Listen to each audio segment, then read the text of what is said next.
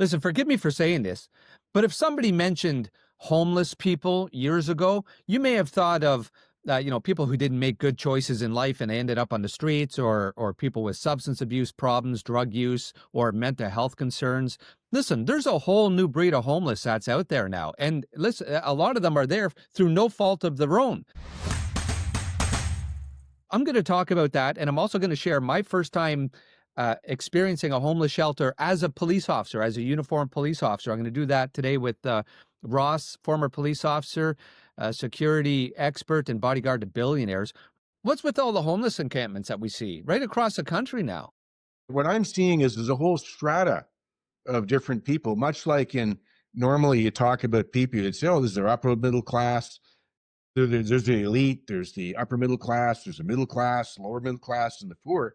Well, there's almost that same kind of strata for the homeless now, where you've got mental illness, addictions, lost a job, lost a home, lost a job, lost a home, lost a wife, lost the kids, down on their luck, who are just out, and they can't afford to get back in the game because it's too costly to get back in the game now. Yeah, it is too costly to get back in the game. We have people out there who have done everything right in life. And listen, interpret that however you want, but they've gone to school, they've gone to college, they've gotten a job, they paid their bills, they tried to buy a house or they're renting. With Canadians now living paycheck to paycheck, if you get kicked out of your place for whatever reason, the landlord decides to sell the house and you're gone. Listen, try coming up with the first and last month rent. And rent costs these days, what it costs to actually rent a house or an apartment is absolutely through the roof. It's ridiculous. So you got people who have done everything right in life. They've done everything that they were told to do in order to become successful Canadians, and they're on the streets. I mean, it's incredibly unfair. When people fall off, the drug dealers are out there willing to give the drugs to them. And they're doing that to try and, placate themselves from the pain of being homeless. How did my life end up like this? And then it just goes downhill from there. It's precarious. And the women, of course, have got a different problem being homeless. I'm going to share a story. I've talked about this in the past. The first time I ever attended a homeless shelter was as a police officer, uniformed police officer. We received a radio call for there was a gentleman who was wanted, all kinds of different warrants. They weren't a very nice person, right? We went in, and it was very, very cold outside, but we went in, and let me tell you, the conditions in this homeless shelter, I learned right then and there. I told myself, if I would ever be that unfortunate, I will fend for myself. I'd rather live in a homeless encampment and at least try to have some control over my surroundings. I'd rather live in a bus shelter or somehow try to fend for myself. It's true, Randy. And, we're sort of past the time, too, because of the cost of everything. It used to be that when society was doing well, people would give a lot of money to charities.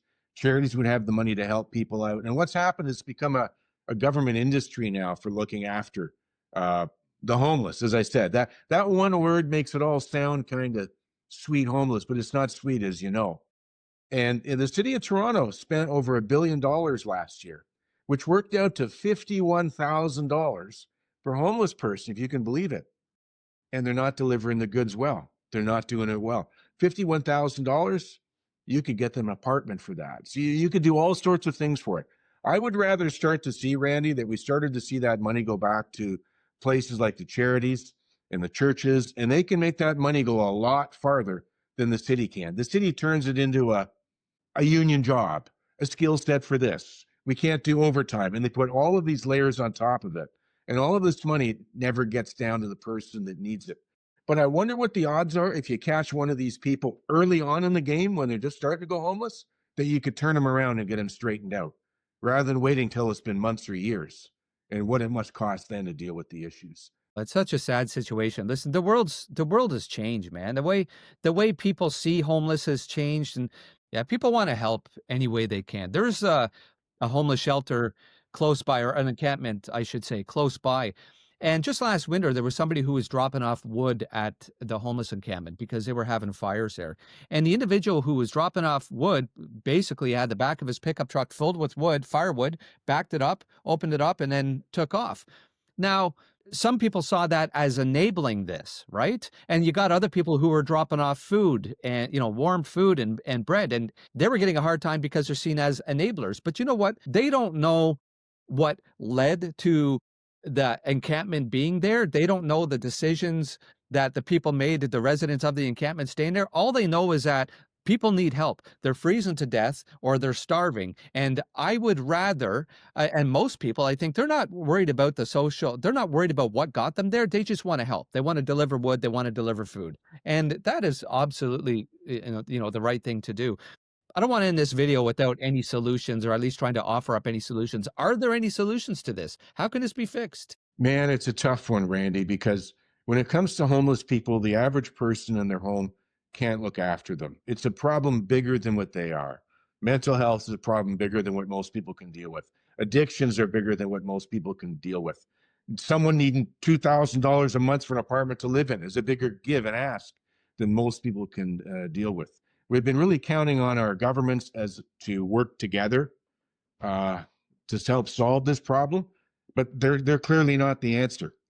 In the meantime, I guess just keep it close to our hearts and let's not try to become so hardened. I guess that's the one thing we can do today is not try to be so hardened towards it. Yeah, Ross, you're bang on. Listen, there's no simple fix to this. We need major reform. Health reform, criminal justice reform, mental health reform. And you can't just fix one and not the other because they all affect one another. Listen, folks, if you have any solutions or any ideas, please leave a comment. Ross, thanks for the input today, and we will chat with you again soon, brother. Thanks, Randall. Thanks for watching Canada Off Script. We're also on Spotify and Apple Podcasts if that's more your thing. If you find this content entertaining or helpful at all, please consider subscribing. And until the next one, stay sharp, stay safe, stay Canadian.